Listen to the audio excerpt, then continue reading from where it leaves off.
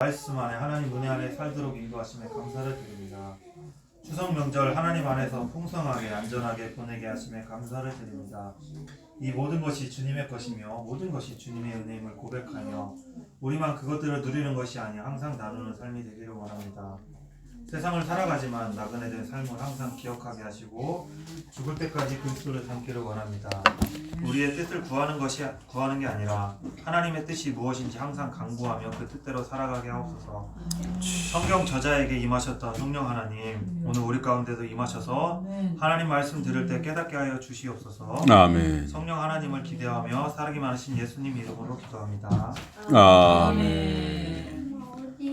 우리 하나님 말씀 열왕기상 10장입니다. 열왕기상 10장. 열왕기상 10장. 조야 열왕 성경제를 찾아줄게. 지금 이거 아니야? 이건 찬송가. 이거는 이제 목사님이 성경 보라죠. 열왕기상 10장입니다. 열왕기상 10장. 앉아봐. 앉아.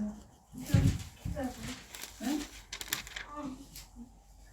자, 열왕기상 10장. 말로만 하면 돼. 아 그거 성경책은 조야. 이거는 성경책이 중국어 성경이야. 열왕기상 10장 14절부터 보겠습니다. 14절부터 이게 성경이야? 열왕기상 10장 14절에서 18절까지 보도록 하겠습니다. 우리 열왕기상 10장 14절에 18절입니다. 우리 하주원 어디 갔습니까? 예, 우리 10장 14절에 18절 우리 한 목소리 한번 읽어보겠습니다. 10장 14절에 18절 다 같이 시작. 솔로몬의 세입금의 무게가 금 666달란트여 그 외에 또 상인들과 무역하는 부상과 아라비아의 모든 왕들과 나라의 고관들에게서도 가져온지라. 솔로몬 왕이 쳐서 느린 금으로 큰 방패 200개를 만들었으니 매 방패에 든 금이 600세겔이며 또 쳐서 느린 금으로 작은 방패 300개를 만들었으니 매 방패에 든 금이 3만이라. 왕이 이것들을 레바논 나무 궁에 두었더라.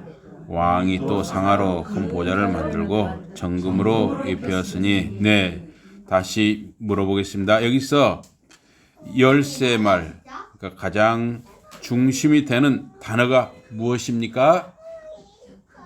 골드, 금입니다. 금. 그 다음에 우리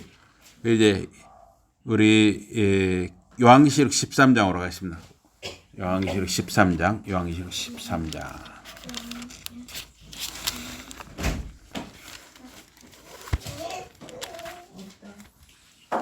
요한계시록 13장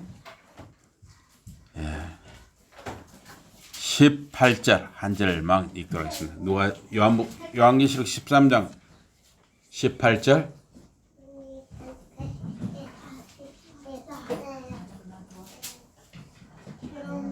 요한계시록 13장 18절입니다. 자, 우리 주원이 18절 한번 읽어보세요. 네? 자, 주원이가 한번 읽어보세요. 자, 연마이프로 갔습니다. 우리 18절 주원이 한번 읽어보세요. 18절 주원이가 시작. 18절 지혜가 여기 총명한 자는 그 짐승의 수를 세어보라. 그것은 사람의 수니 그의 수는 660이니라. 예, 잘했어요. 우리 한 목소리로 같이 또 읽어봅시다. 시작. 지혜가 여기 있으니 총명한 자는 그 짐승의 수를 세어보라. 그것은 사람의 수니 그의 수는 666이니라. 여기 666이 나왔네요. 자, 오늘 말씀 제목은 666입니다. 666. 예. 그래서 여기 우리가 열왕기상 10장을 읽고 또 요한계시록 13장을 읽었어요. 그런데 열왕기상 10장 14절에도 이 666이 나왔어요. 솔로몬의 세입금의 중수가 666 금 달란트여 그랬어요. 그러니까 매년 솔로몬의 보물창고에 저기 앉아 있어. 금이 666 금 달란트가 들어왔다는 거예요. 없어졌어요? 그런데 오늘 요한계시록 13장 18절에 보니까 앉아 있어요. 그 짐승의 수, 사람의 수가 666이라 그랬어요. 예. 그래서 열왕기상 10장 14절에 666과 요한계시록 13장 18절에 666은 어떤 관계가 있을까 하는 것이죠. 앉아 있어. 그런데 여기 열왕기상 10장 아까 우리가 본 것처럼 열왕기상 10장에서 가장 그 중심되는 단어가 언뜻 보면 지혜처럼 보여요. 그런데 사실은 지혜가 아니라 금이에요. 골드, 금. 그러니까 우리 지금식으로 말하면 금을 뭡니까? 돈이죠, 돈. 예? 이 시대에는 금, 은 이렇게 통용됐지만 지금은 이제 돈이죠, 돈. 금, 돈이에요. 그래서 금을 히브리어로는 자합이라고 합니다. 자합, 예, 금. 그래서 시바 여왕이 열왕기상 10장에 보니까 시바 여왕이 가져온 주요 예물은 금과 향품이다 그랬어요. 금과 향품. 예. 또 14절에 매년 해마다 솔로몬에게 들어오는 금 무게가 666 달란트였다 그랬어요. 금 666 달란트. 예.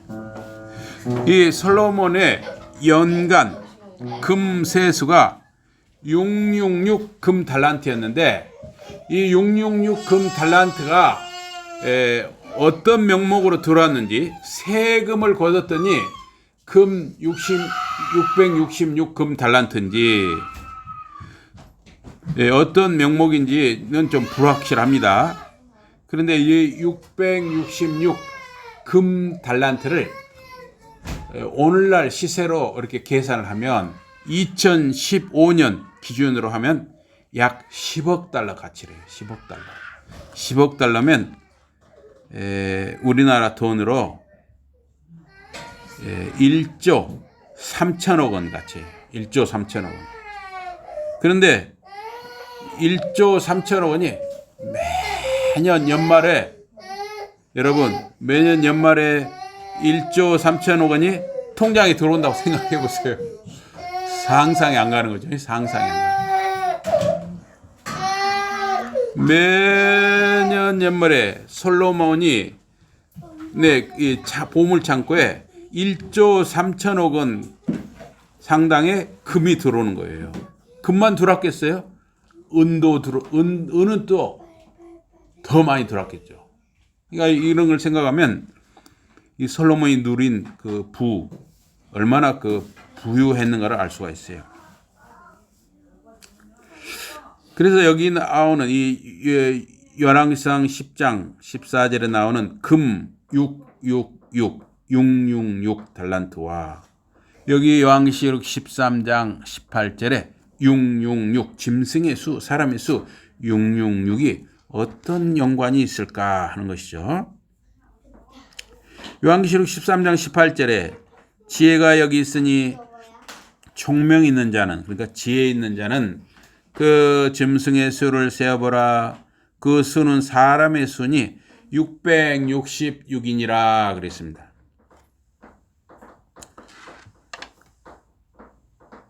솔로몬의 연간 금 세수 이 666 달란트에 대해서 이 카일이라는 이 주석 학자는 666 달란트는 해상무역, 육상무역 그러니까 솔로몬 왕 때 바다 지중해 연안에 배를 많이 보내가지고 무역을 많이 한 거예요. 지중해 연안 국가들과 국제 무역이 이루어졌던 거예요. 그러면 이렇게 무역을 하면 돈이 들어오잖아요. 그것도 육지, 육상으로, 육로로 뭐 이렇게 말이나 낙타 이런 걸 이용해서 또 무역을 했어요. 그러니까 무역을 하니까 바다에서도 무역을 하고 육지에서도 무역을 하니까 계속 무역을 해서 돈이 들어온 거예요. 그런 수입 또 왕의 땅이 많이 있었던 거예요. 왕의 땅. 거기에서 또 수입이 들어오고 또 시바 여왕 같은 애국의 왕들이 그 당시에는 그 이스라엘 왕이 다윗 왕 때, 솔로몬 왕 때 국력이 강했잖아요. 그러니까 이웃 나라들이 선물을 가지고 오는 거예요. 또 주변 나라들을 다윗 왕 때, 솔로몬 왕 때는 속국으로 거느린 것이죠. 그러니까 그만큼 이스라엘 나라가 그 당시엔 강성했기 때문에 주변 나라들을 이렇게 조공을 바친 거였죠. 그래서 이러한 것들을 모두 합쳐서 연간 세수가 금 666달란트다. 카일이라는 학자는 그렇게 보았습니다.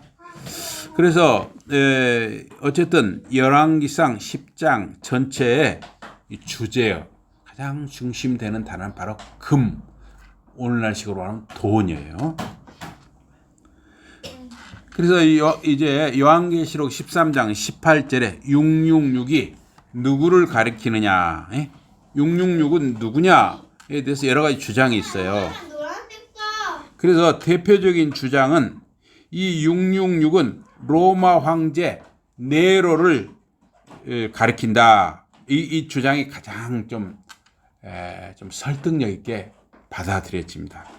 저도 일단 666은 이 요한계시록을 쓸 당시에 이 초대교회 성도들을 향해서 썼을 거 아니에요. 그 당시에 그 인물인 로마 황제 네로를 가리켜서 666으로 이렇게 보았을 것이다 하는 것이죠. 이 네로는 로마 제국의 제 5대 황제입니다. 5대 황제. 주후 54년에서 주후 68년까지 13년, 거의 14년을 다스렸어요. 거의 14년. 굉장히 오래 다스린 것이죠. 그래서 처음 5년 동안은 그 세네카, 스승 세네카와 또 장군, 코르블로 장군을 세워서 나름대로 정치를 잘했습니다. 국방도 잘했고 국내 정치도 잘했어요. 그런데 이제 그 뒤로 넘어갈수록 네로가 이제 변질이 되는 거예요. 막 이렇게 권력 싸움 이런 걸 해가지고 자기 가족을 막 죽이는 거예요. 또 친인척을 많이 죽이고 또 이제 좀 사람이 방탕해진 거예요. 그래서 방탕한 생활에서 상류층 사람들의 미움을 받게 되었습니다. 또한 이 네로는 기독교인들을 아주 핍박하고 또 로마에 아주 큰 불이 일어났어요. 이때 그게 로마 황제가 불질렀다는 소문이 막 퍼져요. 그러니까 자기가 불리해지니까 그걸 누구에게 씌우냐면 기독교인들, 우리 예수 믿는 신자들에게 그걸 누명을 뒤집어 씌웠던 것이죠. 그래서 요한계시록 13장 18절에 666은 그 초대교회 당시의 악랄한 독재자 네로 황제를 가리키는 것으로 알려졌습니다. 그래서 요한계시록을 읽는 그 당시 이 초대교회 신자들은 이 666을 이 사람이 바로 이 666은 분명히 네로다 이렇게 이해를 했을 것입니다. 그래서 다니엘서나 이 요한계시록에서 짐승, 이 짐승은 뭐냐면 정치 권력 혹은 권력자를 짐승으로 표현을 합니다. 정치 권력 또는 권력자 이걸 짐승으로 보는 것이죠. 그래서 여기 요한계시록 13장에서 1절에서 10절까지 보면 바다에서 나온 짐승 그랬어요. 우리 13장 1절을 한번 읽어보겠습니다. 한 목소리 읽어보겠습니다. 13장 1절 우리 하주원 읽을 수 있어요? 13장 1절 엄마 옆으로 오세요. 어이구 잘했어요. 우리 하주원 13장 1절 다 봐주세요. 13장 1절 하주원이 한번 읽어보겠습니다. 13장 1절 우리 하주원 한번 읽어주세요.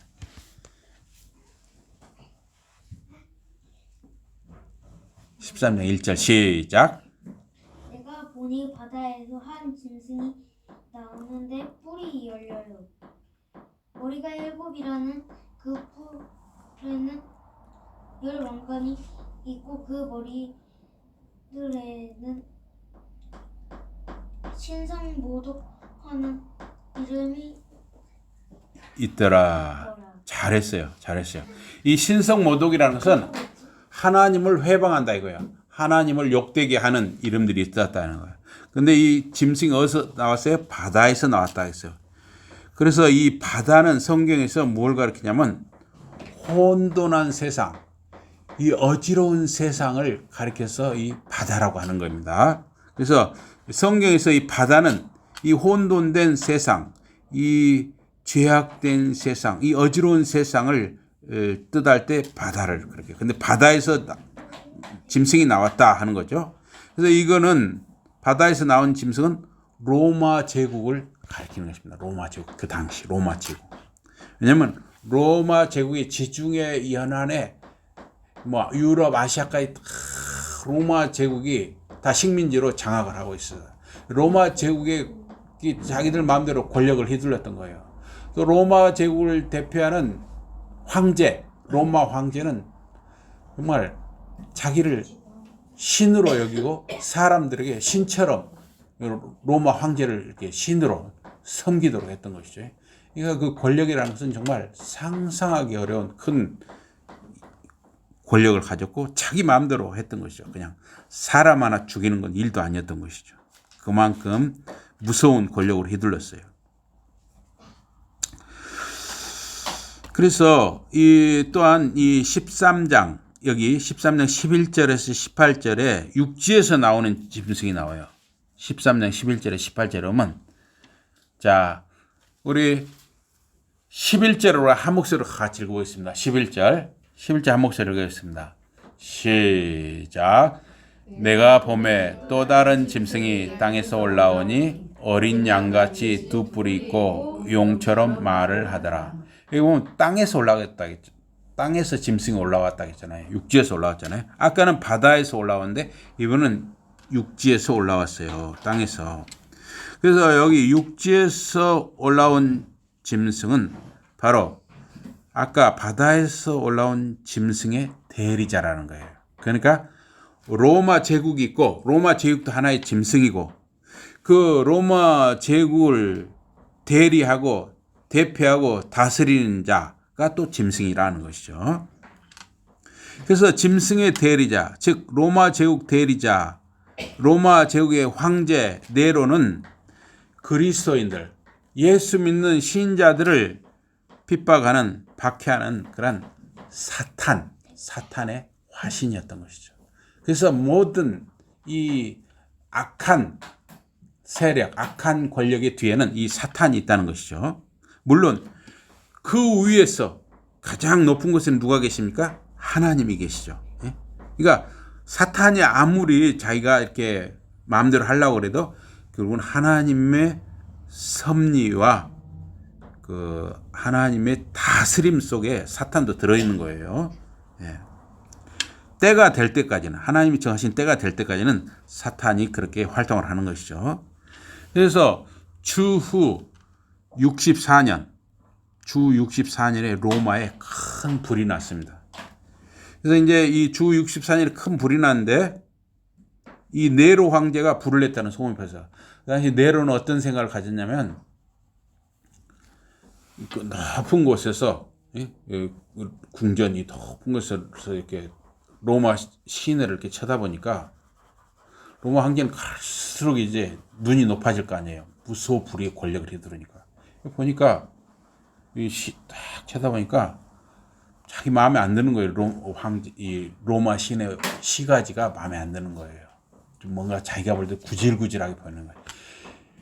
이걸 어떻게 그냥 싹 갈아엎고 그냥 뭔가 자기가 원하는 대로 그냥 뭐 반듯반듯하게 한다든가 하여튼 자기가 원하는 모양으로 한번 좀 바꾸고 싶은 거예요. 그래서 로마 황제가 자기 그 신하들을 시켜서 몰래 불을 질렀다 하는 그런 그 어떤 설이라고 해야 될까요? 그런 게 있습니다. 이게 헛소문이 아니라 어느 정도 근거가 있는 거예요.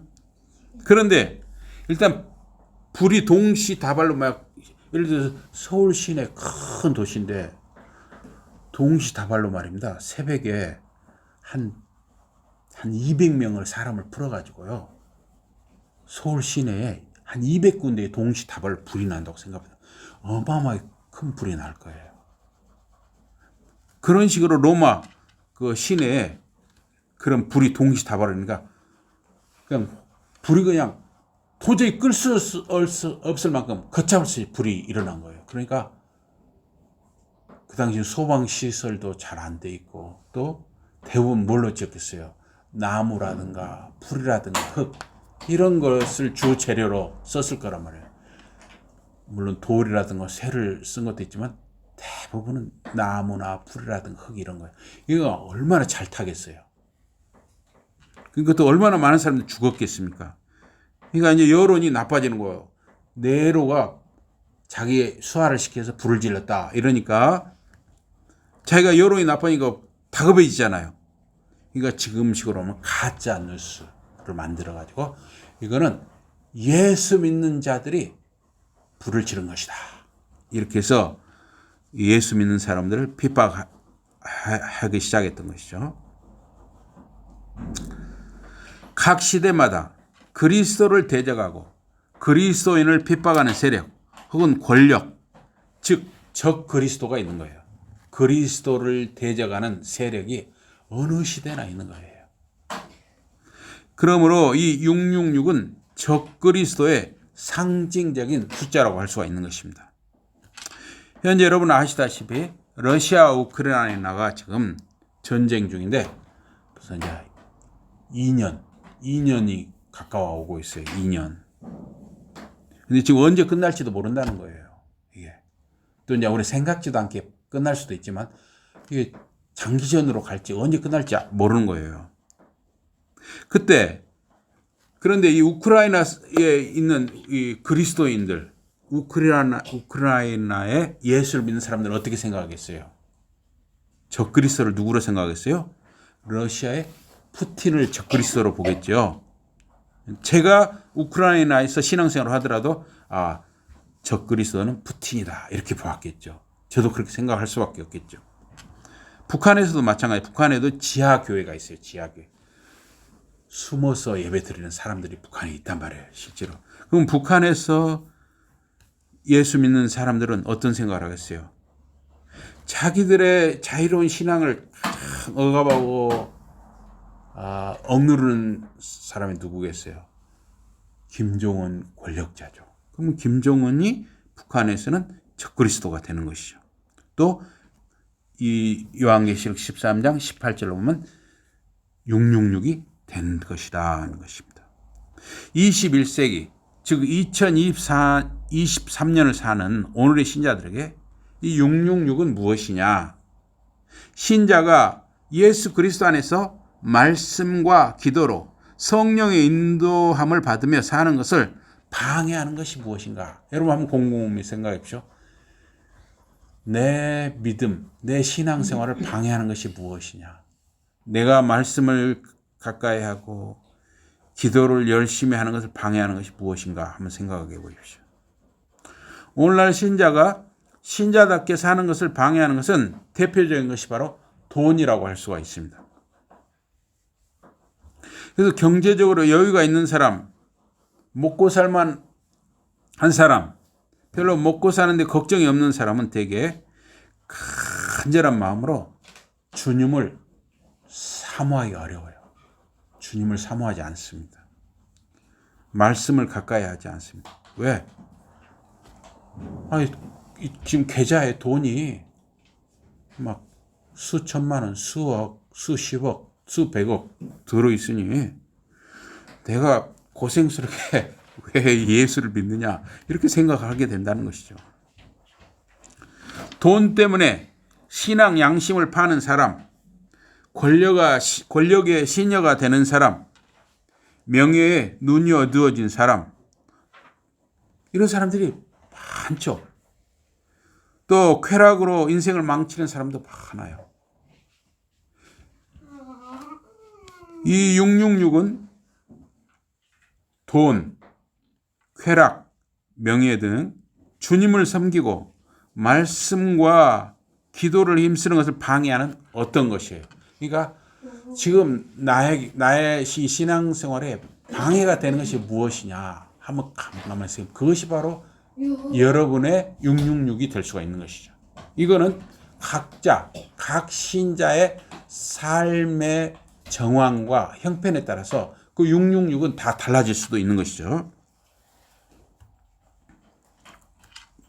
물론 신자들도 역시 돈이 있어야 이 세상을 살 수가 있어요. 그렇죠? 여러분 돈이 있어야 우리가 움직이고 돈이 있어야 활동을 할 수 있어요. 그래서 신자도 분명히 돈이 있어야 됩니다. 그런데 여러분과 저에게 우리 믿는 자들에게 주님을 믿는 자들에게 돈이 얼마 정도 있어야 하는가? 그것은 딱 잘라 말할 수가 없는 것이죠. 얼마만큼의 돈이 우리 믿는 사람에게 있어야 된다. 답이 없어요. 답이 없어. 성경은 선한 부자를 말하고 있습니다. 신자들이 선한 부자가 될 수 있다면 아주 큰 복을 누리는 것이죠. 이 선한 부자는 누구냐? 하나님과 교회와 이웃과 하나님 나라 일에 쓰임받는 부자. 이런 사람은 선한 부자라고 할 수가 있죠.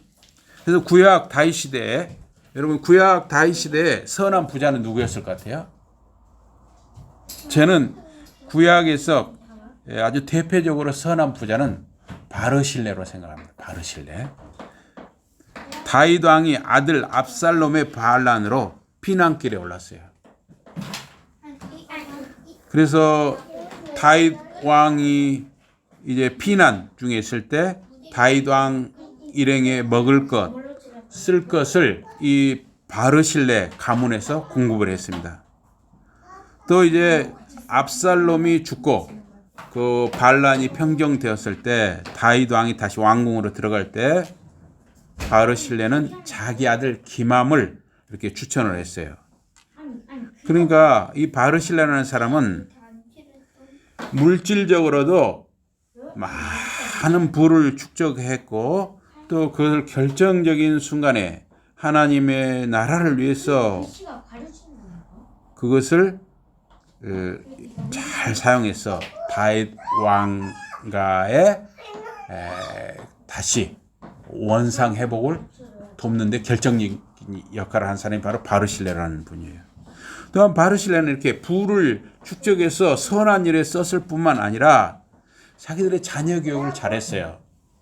그래서 다윗 왕이 다시 이제 왕궁으로 들어가게 될 때 바르실레는 그때 80세가 넘었었거든요. 바르실레가. 그러니까 이제 저는 왕궁에 들어가 봐야 집만 되니까 제 대신 제가 기맘을 추천합니다.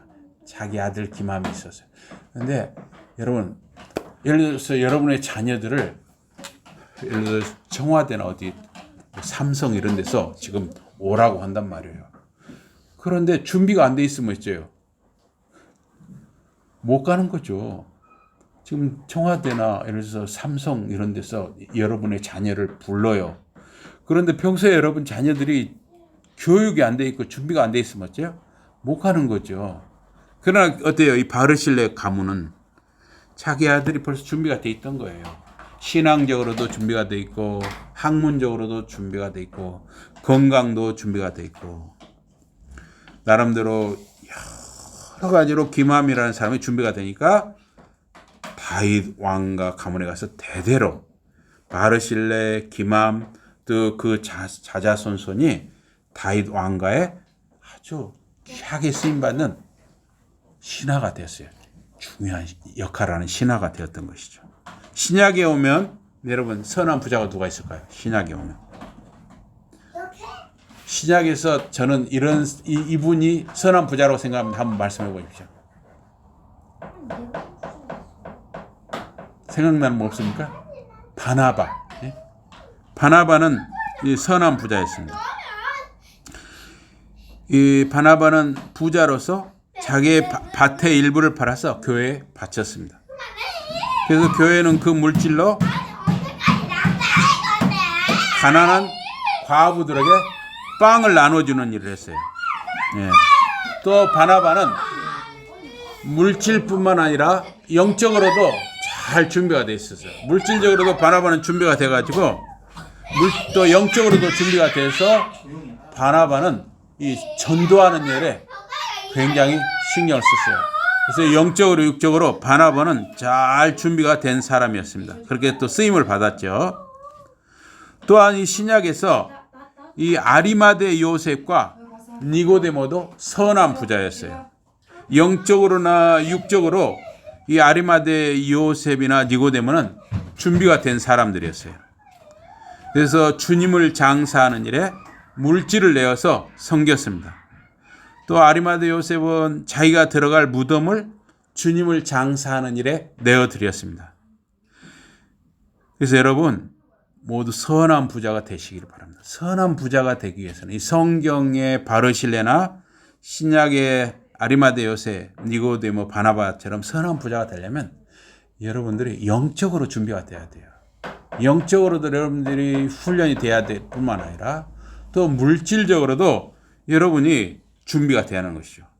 그래서 여러분들이 영적으로도 준비되고 물질적으로도 준비되는 이런 성경의 인물들과 같이 되시기 바랍니다. 그런데 이 솔로몬은 물질, 즉 금과 은이 너무 많아서 또 여자가 너무 많아서 타락해버렸습니다.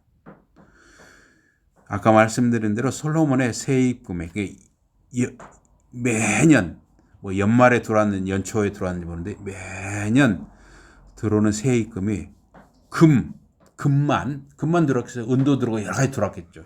근데 대표적으로 금만 666 달란트였어요. 아까 말씀드린 대로 솔로몬의 연간 금소득 666 달란트는 2015년 기준 약 10억 달러, 그러니까 한화로 약 1조 3천억이에요. 매년 1조 3천억이 들어온다고 생각해 봐요. 지금으로 생각하면 그 이자만 해도 막 눈덩이처럼 불어나겠죠. 그래서 그 워런 버핏처럼 이 솔로몬이 그런 부자였다는 것을 볼 수가 있어요. 그래서 매년 솔로몬의 보물창고에는 1조 3천억 원 상당의 금이 쌓였던 것이죠. 또한 솔로몬은 금, 은, 말, 병거, 기마병들과 이방 여인들을 많이 두었습니다. 그런데 신명기 17장 16절 17절에 뭐라고 그랬냐면 말과 병거를 많이 두지 말라 그랬어요. 하나님께서. 또 아내를 많이 두어 미혹되지 마라 그랬습니다. 또 자기를 위해 은과 금을 많이 쌓지 말라고 했습니다. 그런데 여러분 여기 세 가지를 말했죠. 그런데 이 세 가지 고대 근동, 그 당시 고대 근동에서 왕은 필수적으로 이 세 가지를 누릴 수밖에 없었어요. 첫째, 군사력을 누리는 거예요. 그 당시에는 말을, 좋은 말, 또 좋은 병거, 또 기마병을 가진 사람이 군사력이 강한 사람이었어요. 강한 왕이었습니다. 이 군사력이었어요. 그 당시 왕들은 이런 군사력은 필수였습니다. 그다음에 둘째, 당시 왕들은 아내를 많이 거느렸어요. 아내를 많이. 솔로몬도 1000명이 많이 넘는 왕을 거느렸죠. 또 이제 국제적으로 정략교를 많이 했어요. 나라와 나라 사이에 서로 사돈 관계를 맺는 거예요. 그래가지고 여러 나라 공주를 아내로 들였습니다. 또 왕들은 대개 금과 은의 부를 많이 쌓았습니다. 그래서 이 세 가지 군사력, 여자, 그 다음에 금과 은, 이 세 가지는 당시 왕권을 가진 자들의 공통된 모습이었어요. 왕은 당연히 군사력이 있어야 되고 여자들을 많이 두고 금, 은을 많이 쌓는 게 당연한 것이었습니다. 그런데 하나님께서는 왜 신명기 17장 16, 17절에 말과 병거를 많이 두지 말아라, 아내를 많이 두지 말아라, 은금을 많이 쌓지 말라 했다는 거예요. 이거는 그 당시 다른 이 세상 나라들과는 다른 나라가 되어야 한다는 것을 하나님이 말씀하신 것입니다. 그러나 현실은 어떻습니까? 오늘날 권력을 가진 자들도 마찬가지예요. 오늘날 권력을 가지거나 또 돈이 많으면, 지금 돈이 권력이 됐잖아요. 오늘 시대에 권력이 있거나 돈이 많은 사람은 어떻게 합니까? 역시 지금도 똑같아요. 지금도 군사력, 돈, 여자예요. 지금 시대도 마찬가지입니다. 그래서 이 재벌가도 마찬가지예요. 재벌가도 사병처럼 말입니다. 다 나름대로 그런 호위하는 사람들을 다 두잖아요. 그러나 하나님께서는 신명기 17장 16절에 17절에 군사력과 여자, 돈 세 가지를 금했어요. 왜냐? 이스라엘의 참된 왕은 여호와 하나님이시기 때문입니다. 이스라엘은 하나님의 언약 백성이기 때문이에요. 그래서 왕과 백성은 무엇보다도 하나님을 의지해야 하는 사람들이었습니다. 물론 군사력이나 부를 축적하는 거 이런 거는 이스라엘에도 필요했습니다. 그리고 또 이스라엘이 그런 군사력이라든가 부가 있어야 또 전쟁을 할 수가 있었어요. 쳐들어오면 막아야 하잖아요. 그런데 하나님은 뭐냐면 군사력이나 부나 여자 때문에 하나님을 떠나는 것은 용납할 수 없다는 것입니다. 오늘의 신자들도 마찬가지죠. 돈 때문에 하나님을 떠나는 것, 권력 때문에, 쾌락 때문에 하나님을 떠나는 것은 하나님이 용서하실 수 없다는 것이죠. 솔로몬은 처음에 성전을 짓는 것으로 시작을 했습니다.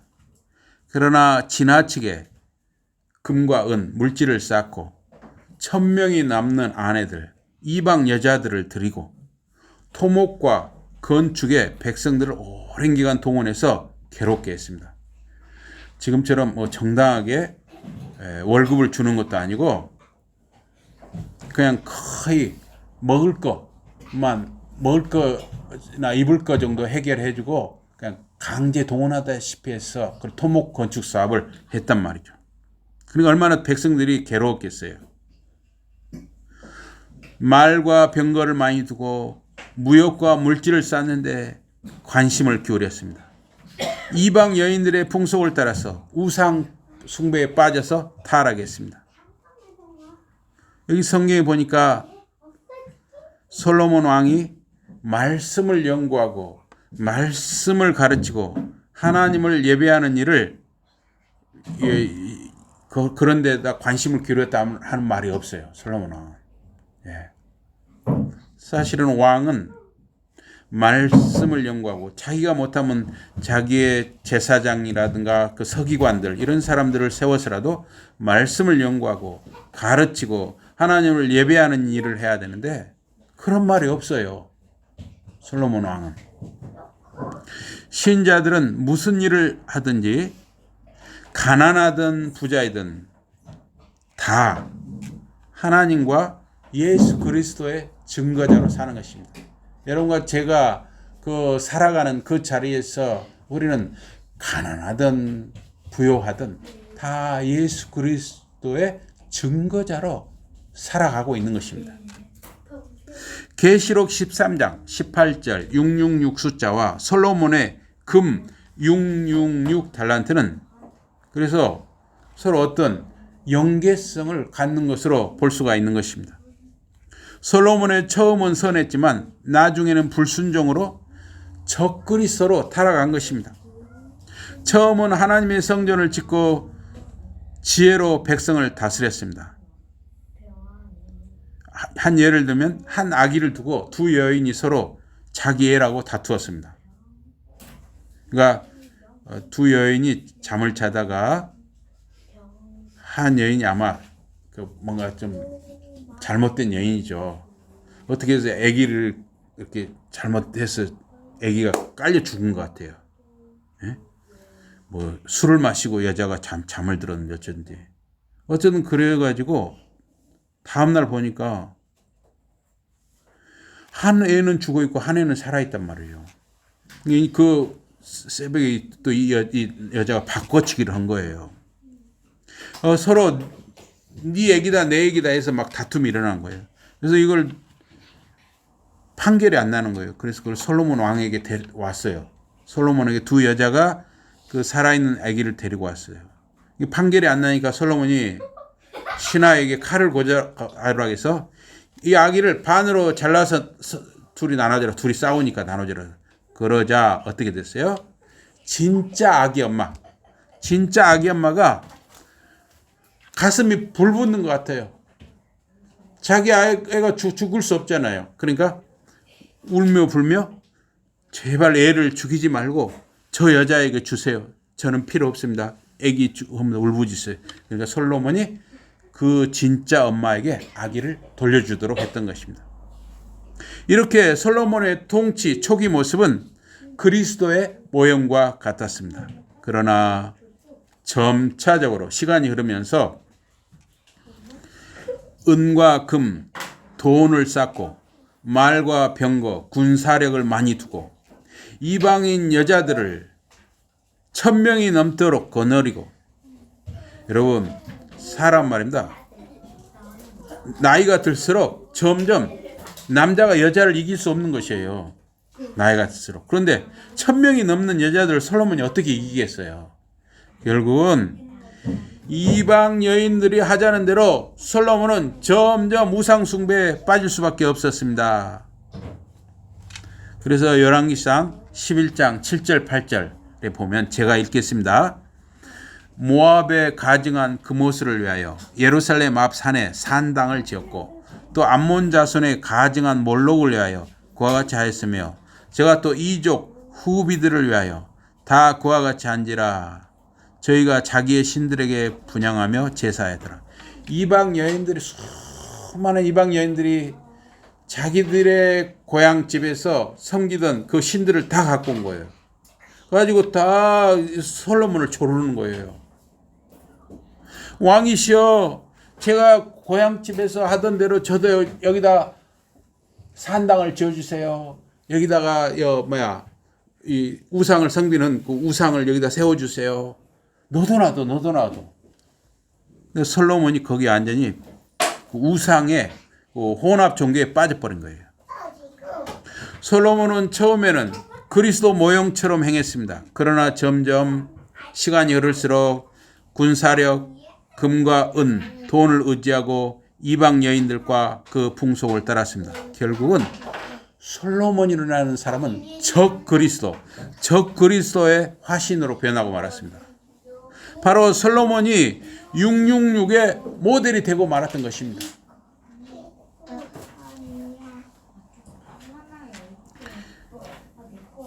열왕기상 11장 11절에 여호와께서 솔로몬에게 말씀하시되 내게 이러한 일이 있었고 또 내가 나의 언약과 내가 내게 명한 법도를 지키지 아니하였으니 내가 결단코 이 나라를 내게서 빼앗아 내 신복에게 주리라. 그래서 솔로몬의 타락으로 인해서 그 아들 르호보암 때에 나라가 남북으로 갈라지고 말았던 것입니다. 물질, 이 돈은 선도 악도 아닙니다. 그 돈을 다루는 사람이 어떤 태도, 어떤 마음으로 돈을 다루는가 하는 점이 중요한 것입니다. 666은 주님을 믿고 섬기는 신자의 삶을 방해하거나 장애가 되는 권력, 돈, 쾌락, 명예, 이 모든 것이 여러분과 제 666이 될 수 있는 거예요. 666은 적 그리스도의 상징인 것입니다. 솔로몬은 매년 금 666 달란트를 보물 창고에 들였습니다. 말과 병거로 군사력을 강화했습니다. 이방 여인들을 아내로 많이 두었습니다. 물질적으로 풍족해졌으나 영적으로는 점점 솔로몬은 가난해진 거예요. 외면적으로는 더 풍성해졌으나 그 내면 세계는 더욱더 가난하고 초라하고 피폐해진 것입니다. 그러므로 솔로몬은 666을 상징하는 인물로 나락으로 떨어지고 말았던 것입니다. 여러분이 정말 부자가 되고 싶으십니까? 부자가 되시기 바랍니다. 그러나 먼저 성경의 인물들 바르실레나 바나바나 아리마대 요셉이나 니고데모처럼 영적인 부자가 되셔야 됩니다. 먼저 영적인 부자가 되시고 말씀을 사모하고 기도하는 부자가 되시기 바랍니다. 먼저 그의 나라와 그의 의를 구하십시오. 그러면서 여러분의 물질이 그러한 물질을 하나님이 기뻐하시는 선한 일에 쓸 만큼 실력이 갖춰지면 하나님께서는 분명히 여러분들에게 물질을 풍성하게 부어주실 것이에요. 그래서 여러분의 물질이 하나님 나라 일에 쓰임받는 그런 선한 부자 자녀들, 선한 부자 자손들이 되기를 주님의 이름으로 축복합니다. 아멘. 여러분, 우리 기도하겠습니다. 하나님 아버지,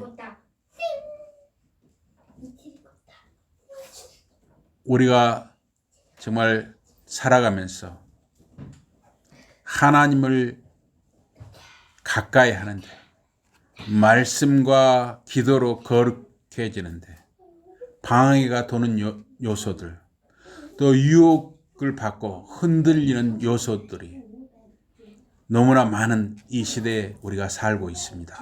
하나님 아버지,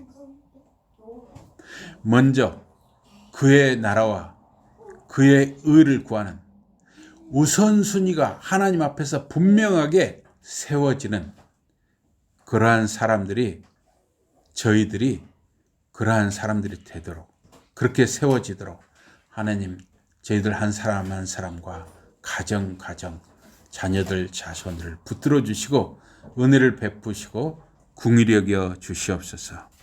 예수 이름으로 감사 기도드리옵나이다. 아멘.